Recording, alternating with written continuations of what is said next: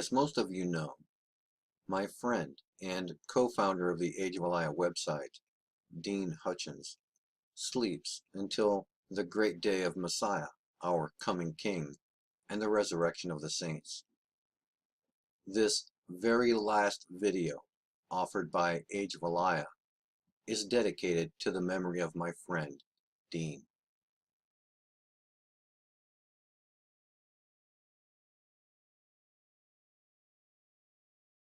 Okay. All right, here we go. The word. Now you read chapter 7 in John, and you're all cool with that, right? Right. So now that we both have our we both got our spot. We know where we're at. I'm going to say that word, and as soon as I say this word, you're going to realize that you see it all over the place in that chapter. Are you ready? Yes. Prejudice. Oh yes. Wow. Good grief. I was thinking it would actually be a word in the text, but no, it's actually the basic underlying ideology. Exactly. All right. Yeah. Prejudice. You and I both know it's prejudging. It's making a judgment based on preconceived notions, rather than asking whether or not a person is trustworthy, or examining whether his ideas are true or relevant. Right. Making up our own mind without considering the relevant facts. Dog, hold on a second. I'm going to pause this for a second, get rid of these dogs. I'll tell you, it's something happening. Now they're getting ready to go at it again. I'm going to end up having to kick them out the room. Okay, so basically, it's making up our own minds without considering the relevant facts. And when we've got our own preconceived, when we've got our own preconceptions, it's just hard to hear what someone else is saying, and it's even harder to make a fair judgment about it. Right. Right. Prejudice can make you narrow-minded. We've heard that a lot. Narrow-minded. Sure. And it can make you nasty. You know, and you and I, we've seen quite a bit of that. You know, and even Yeshua ran into this. His teaching was brilliant and authoritative. His miracles were astonishing, and yet, many people rejected him simply because of prejudice. He did not fit their expectations. Exactly. See, they based their opinions about him on everything except what really mattered. And they didn't really know everything about him. I think I'm looking at this verses 41 and 42. Yes, exactly. You're going exactly where I'm going. This is so cool because there's a bit of irony here too. You know. There's a lot more in here that people give credit to. But right.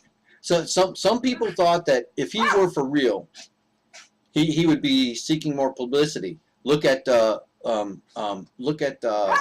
verses 2 through 5. His brothers. Oh yeah. Okay. Some wondered about his educational background. Some complained that his miracles were a violation of laws. Some said that he appealed only to the lowlifes and not to the upper crust, the more knowledgeable classes of society. And besides, that was pointed out more than once about him eating with sinners and things of that nature. Exactly. And besides all that, they didn't like where he came from. Yeah, obviously during his ministry, he was living in Galilee. Yeah. And I don't know my geography over there that well. I'll be real honest. And he was from Nazareth. That's where he was born. That's where he came from, and he fulfilled Scripture by being born in Bethlehem. Right. Now see in verses 2 to 5, you look at his brothers. His brothers figured that if he were really the Messiah, he wouldn't be keeping a low profile like he was. You know, they figured he'd be mingling with the shakers and movers, you know. And for that, Jerusalem was the place to be. Right? Right. You know? But see, yeah, you know, I didn't catch this little thing here in 5. You know, neither did his brethren believe in him. Now wait a minute. There you go. That's referring to his actual brothers, right? His actual brothers, right? Exactly. In the bloodline. Exactly. Well, in Mary's bloodline. Well, see, excuse me. See, Yeshua knew. He knew that as his fame grew, as more people, you know, came to hear him and believe in him and stuff, the movers and shakers, they weren't gonna welcome him at all. They'd kill him. He knew that teaching Yahweh's law against their oral law would be a death sentence. He knew it. Right. And he knew that's exactly what he was doing. He knew what he was doing. Now, what did he tell his brothers there? He told his brothers, the world cannot hate you, but it hates me because I testify that what it does is evil. Right. Right? So exactly. Now you and I know that he taught that the oral law negated the Torah given to Moses. So, you know, you and I, we both know that in itself was really going to get him into some deep water, some hot water. Oh yeah, yeah. Throw right. Throw a little dung on the plate there. Right. Now, the Pharisees and man, you got problems, you know. Now compare that to the modern world. Most people they make up their minds about what's important based on what gets publicity on the news, in the cities, in the major cities or major institutions. Right. And what the news gives us: politics, sports, and business. But you won't find much about religion unless it's in the negative. You know, it's not. Right. It always has to be the Catholic Church when it's positive. Oh yeah. Well, it's not so bad, you know, to believe in a higher power. But people who take it seriously and stand up for what Scripture teaches, they're derided as fanatics and fundamentalists. Yeah. Public opinion is not a great way to make decisions or judgments on any subject. Yeah, you won't hear them called truth seekers or, you know, exactly, lovers of the word or anything like that. Yeah. No, they're fanatics or fundamentalists. The word fundamentalist, that's a great one. They love to throw that one around. Yeah. Take a look at verses 10 to 12.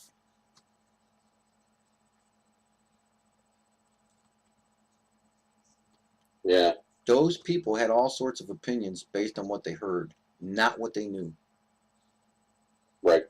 Right. They were just going on gossip, basically. Right. Some thought he was a good man. Others thought he was a liar. Even those that thought he was a good man, some didn't consider him to be a Messiah. That's true. Right. His own disciples even had to ask him at one point. Exactly. They had to ask him straight out. And it was Peter that jumped up and said who he was. Yeah.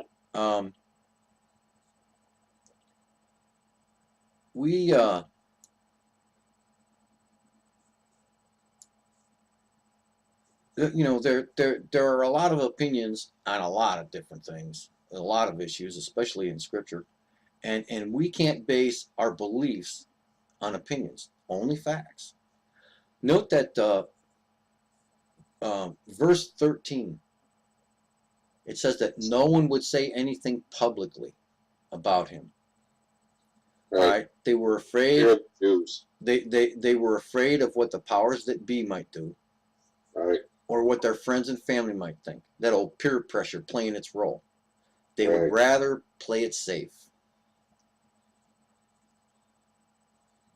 Now, so he sneaks down to the feast anyway, quietly, you know.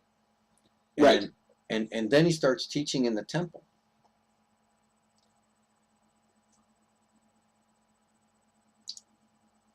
Yeah, I remember that part. He starts teaching in the temple courts, and they were amazed.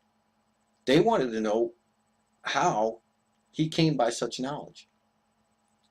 So we see that they are more interested in his credentials than in what he is saying. Gee, it's not like that anymore. Oh, sure, no. People aren't always impressed by experts. Yeah.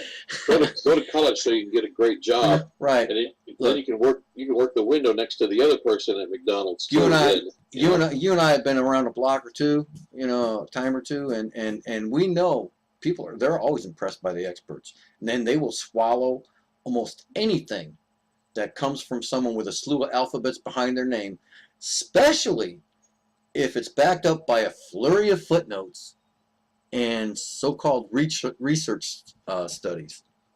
Just look at how Monsanto and Big Farm have used those tools over the decades. Yeah. Yeah. I mean, you and I, we've we've been privy to a lot of that stuff.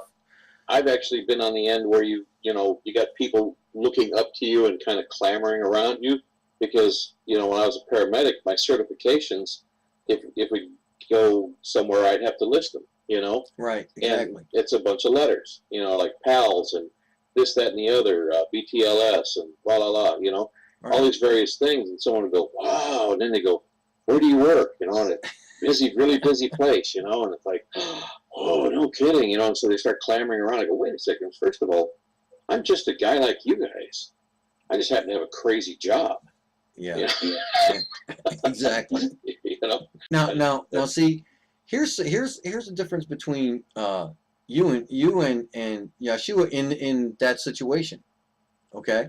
Now I'm just a guy like you. I just have a really crazy job. It's not a big deal, right?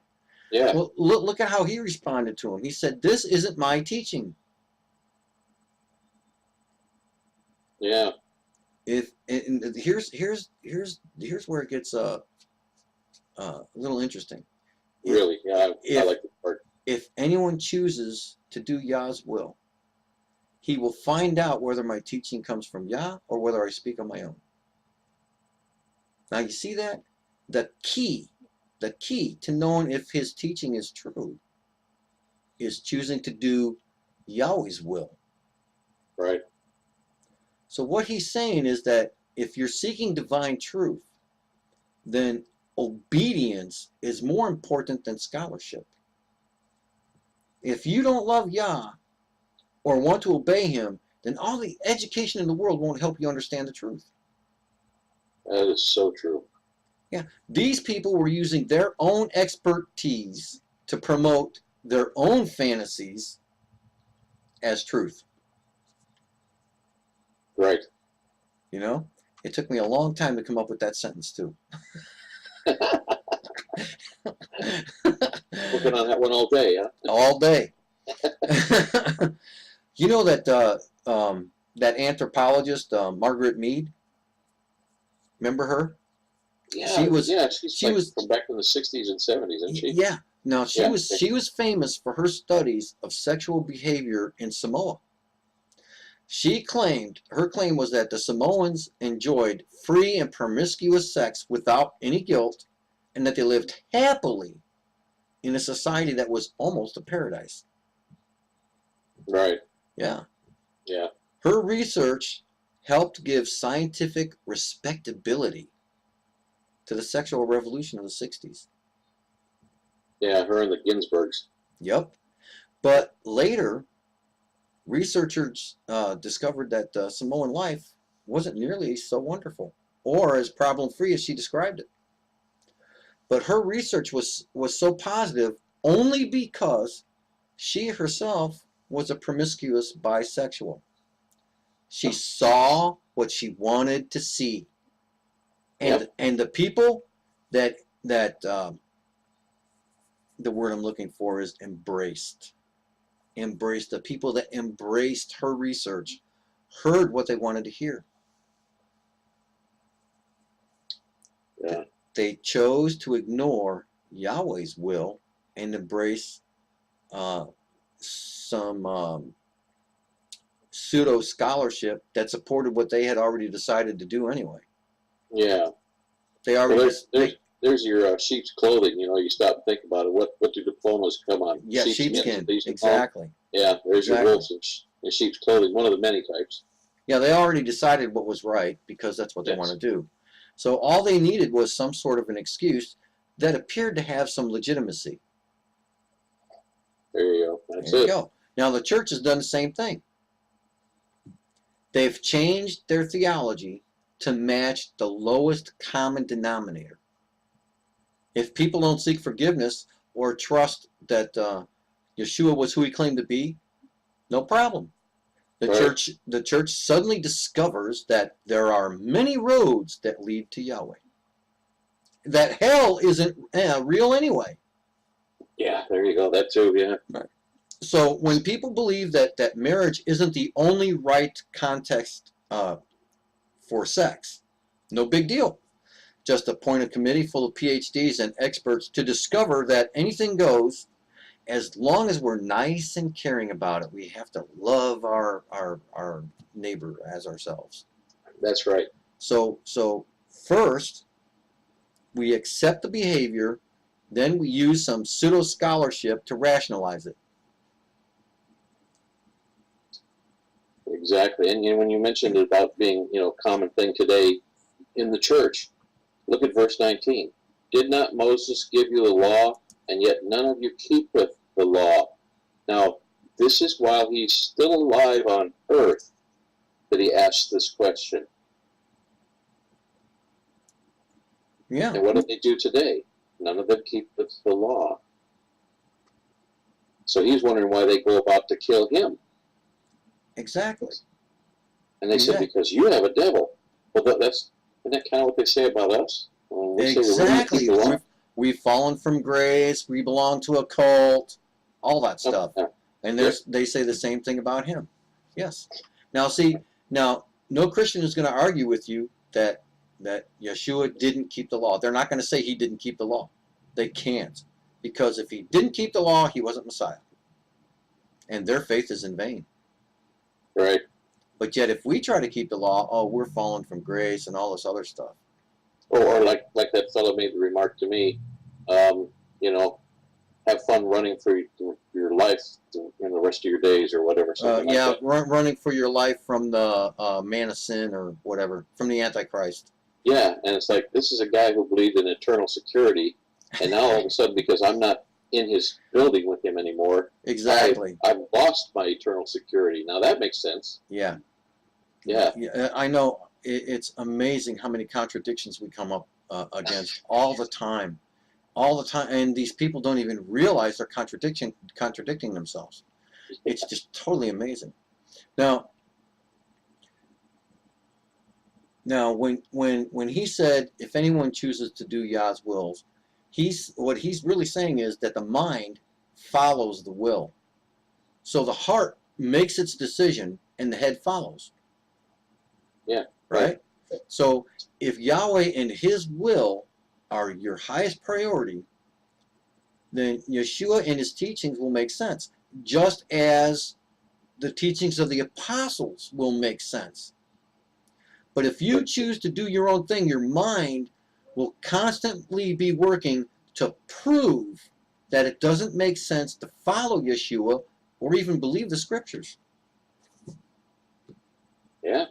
And we constantly point out to people that their beliefs, like their belief in the rapture, how many contradictions does that theory have to overcome in Scripture?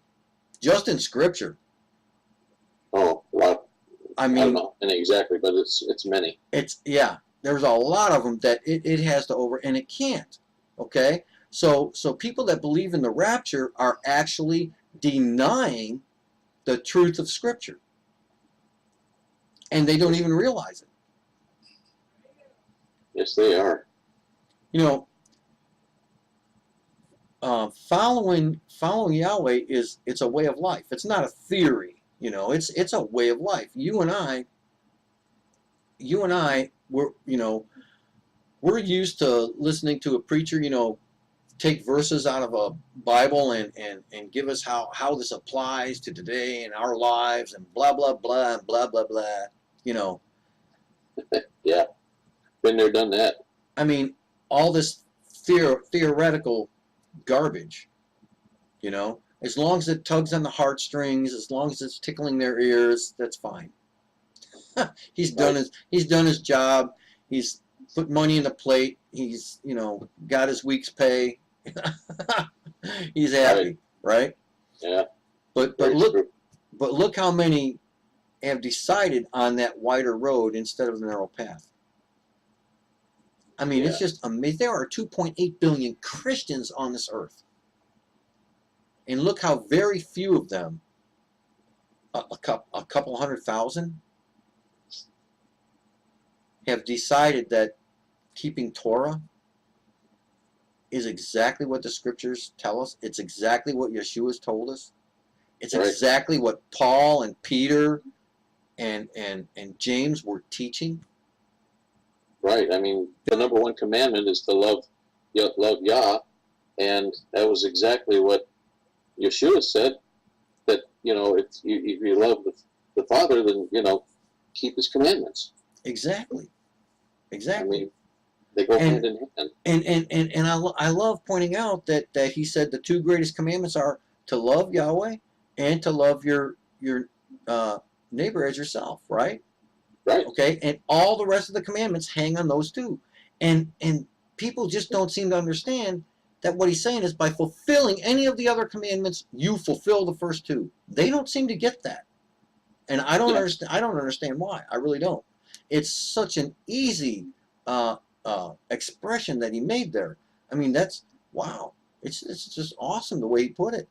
But yeah, the two greatest. They like to focus on, you know, if you break one law, you're guilty of them all. Oh yeah, they love that.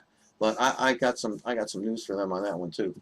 Anyway, another mistake that people make is to judge Yahweh's work by their own expectations.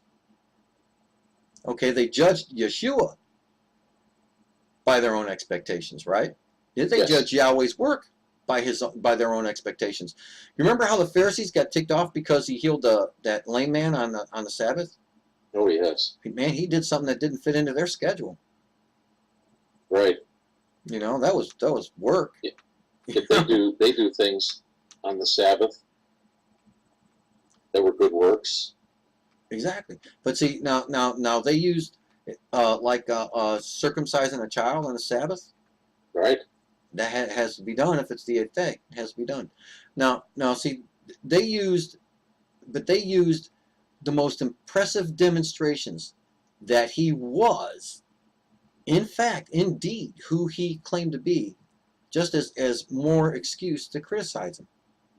And it's easy, especially for hyper-religious people, to get so hung up on their expectations that they cannot see at all when Yahweh is really at work. And most people don't bother to research whether their expectations match Yahweh's word. Yeah, very true. So you've got all these people, they're out there believing in this rapture. Now imagine that. I just got done citing that number again, 2.8 billion Christians on the earth. So all these people, and I put this in a comment on Facebook tonight, all these people are out there waiting for 2.8 billion, nearly 1/3 of the world's population, to disappear. And that's going to signal the end times are upon us. You know, whether it be the beginning of the 7 years or whether it happens in the middle of the 7 years, whatever it is, it's 2.8 billion people are going to disappear off the planet, and that's when we're going to know it's happening. But yet it's supposed to be sudden destruction. It's supposed to happen without warning. I got a feeling that 2.8 billion people disappearing off this planet all at one time is going to be one huge warning. You know? Yeah, it might get noticed. It might be noticed. Yes, exactly. So, I mean, this stuff is this stuff is amazing. It really is. All right, now Look at where they talk about where he came from. Look at that scripture there. This is a great indication of expectations. You know, now some claimed that they would never that they wouldn't know where Messiah came from. Some said he would come from Bethlehem. But you notice they all seem to agree that he wouldn't come from Galilee, and especially from Nazareth. Yeah. So all of them failed to remember Isaiah chapter 9. How about that? Yeah. That I mean, let me go there and actually read it. Isaiah chapter 9. All right. Verses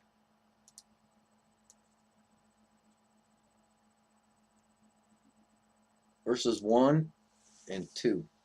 Nevertheless, the dimness shall not be such as was in their vexation, when at the first he lightly afflicted the land of Zebulun and the land of Naphtali, and afterward did more grievously afflict her by the way of the sea, beyond Jordan in Galilee of the nations.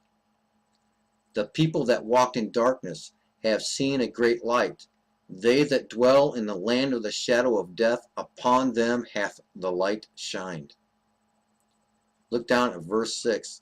For unto us a child is born, unto us a son is given, and the government shall be upon his shoulder. All that good stuff. But right there, in the first two verses, we see that the people that have walked in darkness, in these places mentioned in verse 1, have seen a great light. Upon them hath the light shined. It's right there. And they never bothered to notice it or take heed of it. I mean, it never came to their mind.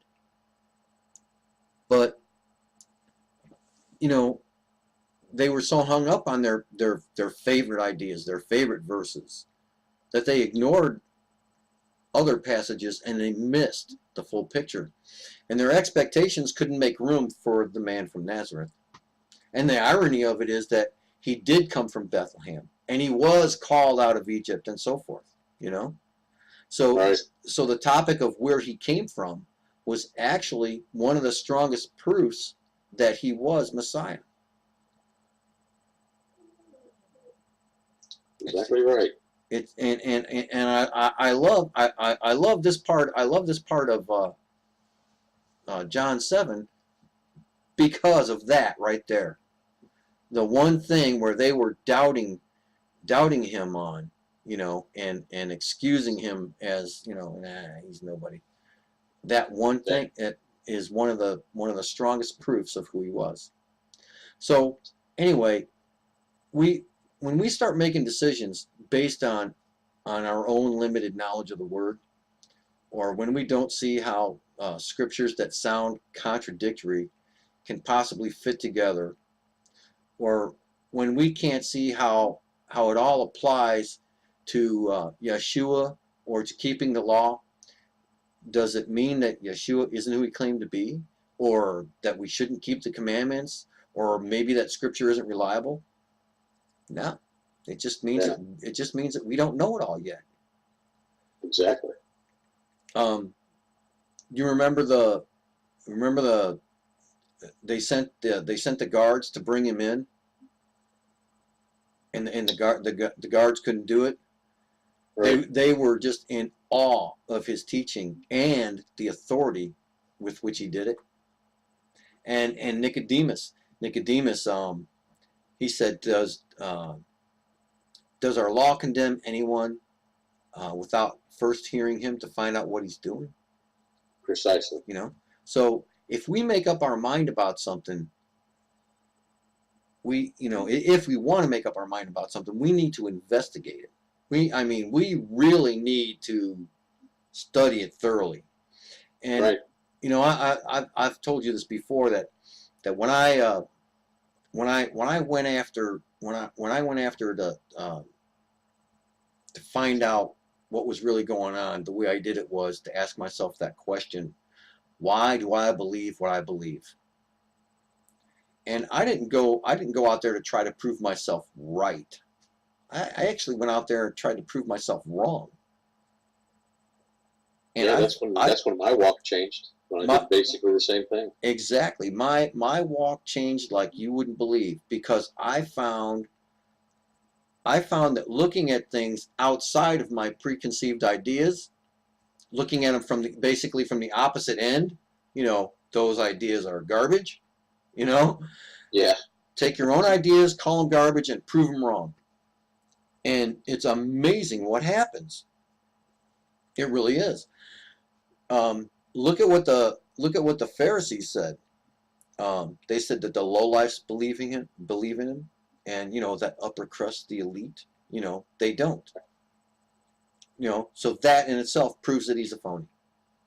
So it's like I said, in today's world, it's what professors, universities, government institutions, whatever they say, yep, that's got to be it. That we see people buy into these government lines all the time, and then we find out that it's all a bunch of garbage, and it was all a bunch of lies. And yet they do it over and over and over again, and people still fall for it every single time. Right. Just like they're falling for the two-party system. Well, and in churches, they believe that the word law means all one thing. And I love in this chapter alone, verse 19 and verse 51, which clearly define two different forms of law. Okay, you said, which one now? Verse 19 says, did not Moses give you the law? And yet none of you keep the law. Yeah, and we know they were famous for keeping the law. So what law are they keeping? The one here that they're not keeping is Torah, because it came from Moses. The law of Moses, right. And then down here in verse 51, it says, doth our law judge any man before it hear him, and know what he doeth? Exactly. Right there. Yep. Two different laws. Yep. Yeah. It's talking about the Pharisees. Yeah, he said, doth our law, not Yahweh's law. Right. Or the law of Moses, as it's often referred to. Right. And Yeshua referred directly to Moses. Yep. So, yeah, absolutely. It's awesome, ain't it? So, I went through this today, and I was like, wow. Anyway, so he's a phony, and it's based on, because the fact that the lowlifes believe in him, but the upper crust of society and the learned, the knowledgeable, they don't. He doesn't have any diplomas under his arm. There you go. Exactly. Now, the only people that believe, and this is the way they look at it today. The only people that believe in Yeshua or the Word are the lowlifes, the uneducated, the poor, people that need a crutch. Imagine that. We need a crutch. Yeah. We need a crutch, Dean. Yeah. Wow, it's amazing. The truth is that we find what we're looking for when we get rid of those preconceived notions, just like I was just talking about. When I decided to figure out why I believe what I believe by taking a look from the opposite end, I found it.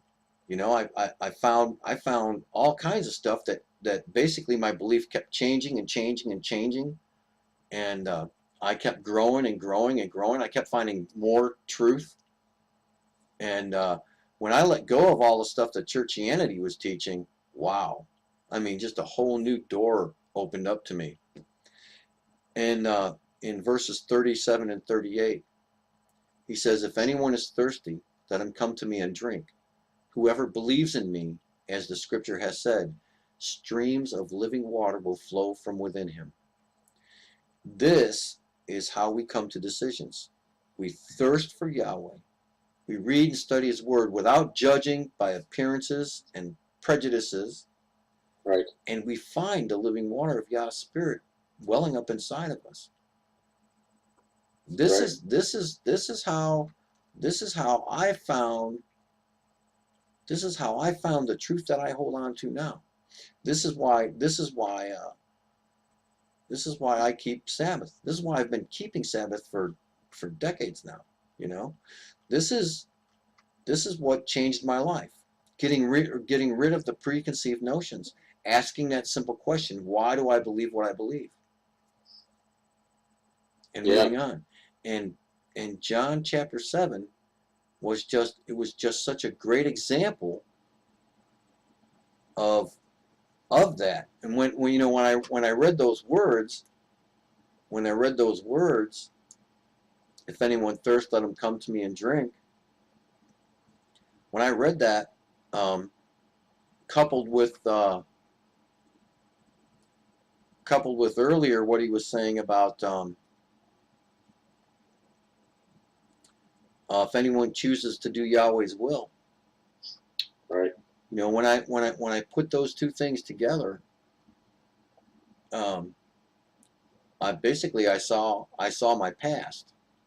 You know, I saw myself having the thirst for the truth.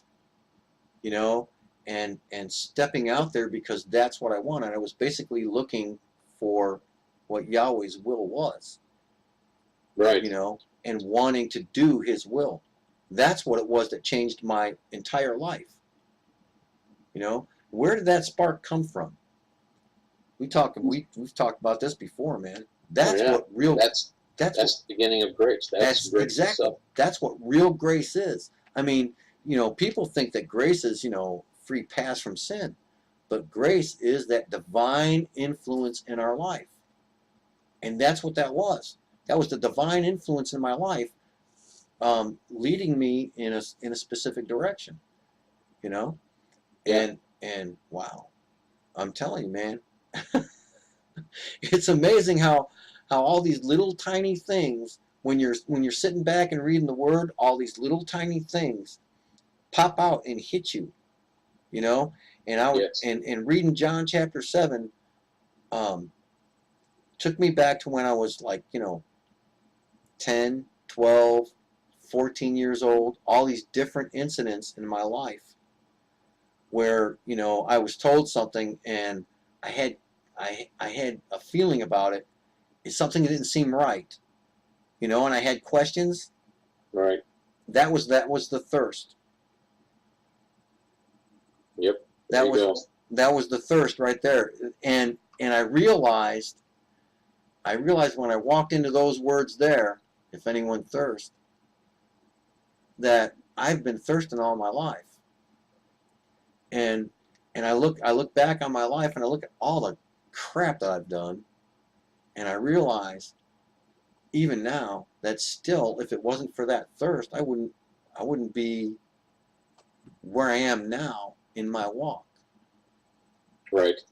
You know, I'd still be in that, yeah, let's go party out on Friday night, and you know, we'll do some drinking and swimming and smoking and stuff on Saturday and hit church on Sunday. It'll Right. all be good, man. Yep. Yeah. Clean the slate. Start all over. Yep, clean the slate and start all over. Exactly. Yeah. Yeah.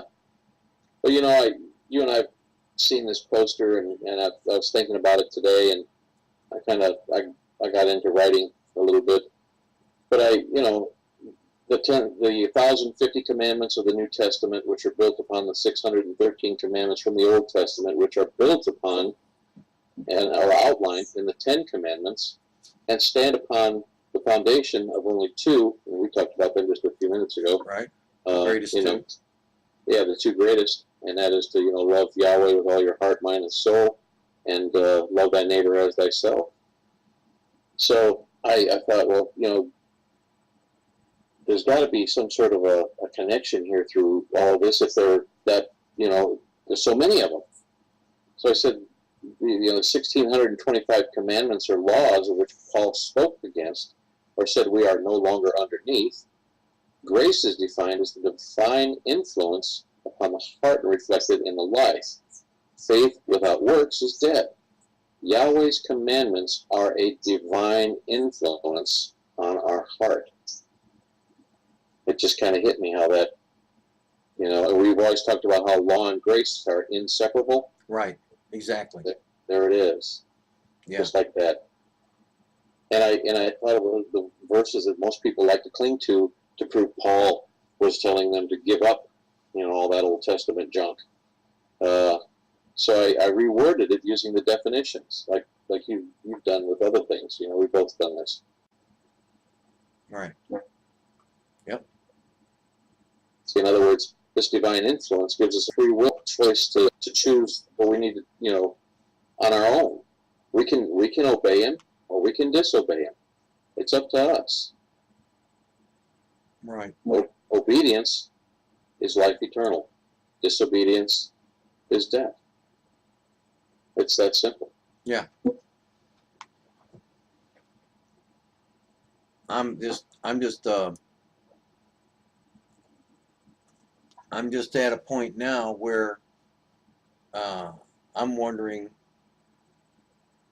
when our Christian brothers are going to stop looking at us as though we belong to cult and start actually listening to our point of view. I mean, we know that the Pharisees who practiced a law that wasn't Yahweh's, they didn't listen to Yeshua. That's true. And we know that very few find that path. Now, there were some Pharisees that listened to him, and a great many of the people listened to him and believed in him. Right. And there were a great many Jews were saved after the resurrection, and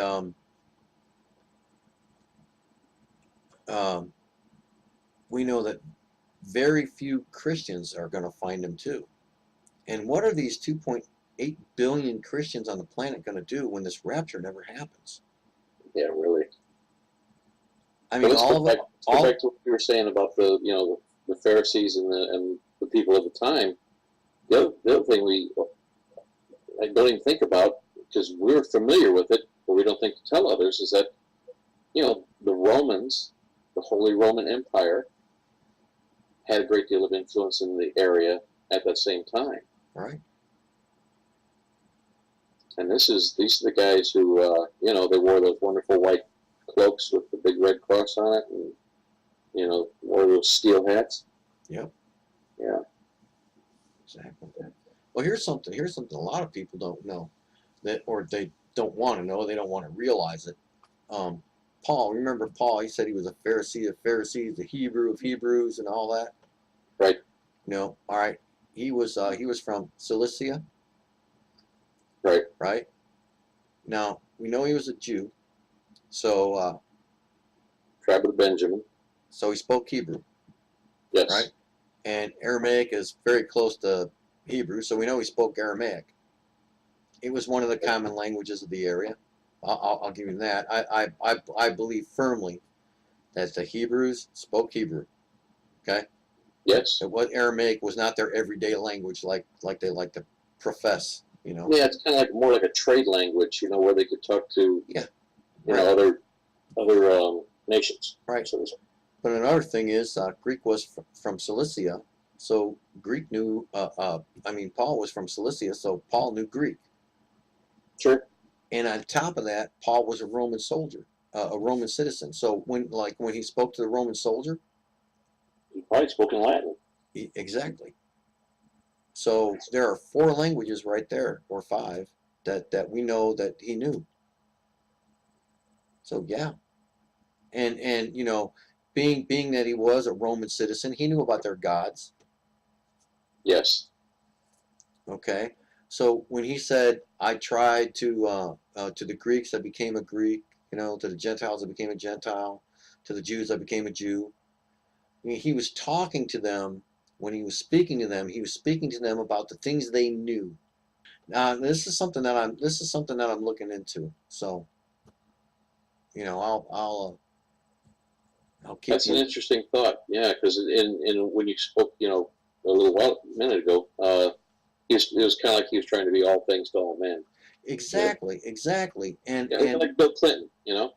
yeah, we can't do that. You know, No, we don't have that ability. no, you know, I think he comes to a point where the whole message is Messiah. Yes.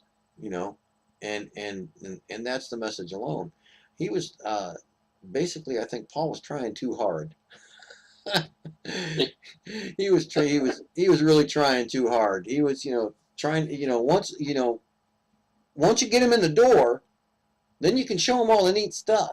But you got to get him in the door first, right? And I think that's what he was trying to do. He was trying to get him in the door. Let me just get you in the door here. You know, I don't know. Yeah. Paul is an interesting. He's an interesting apostle. You know, so I don't think we'll ever be through looking at Paul, but I sure would like to know who's teaching this. Paul was a scoundrel stuff, and a traitor, and that Yeah. They don't understand him either for some reason. exactly, you know. But yet you and I, we can look at what Paul was teaching, and we see that Paul was teaching the Torah.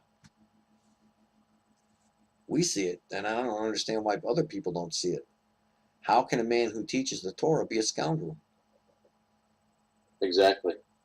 He was a scoundrel before he, you know, was encountered by, right, you know, the Damascus Road, right. On the Damascus Road. Exactly. You know. Yeah.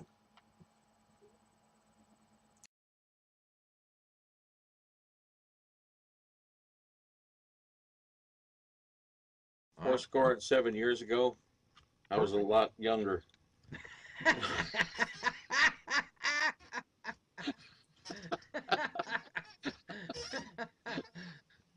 Well, see, now you're synced up.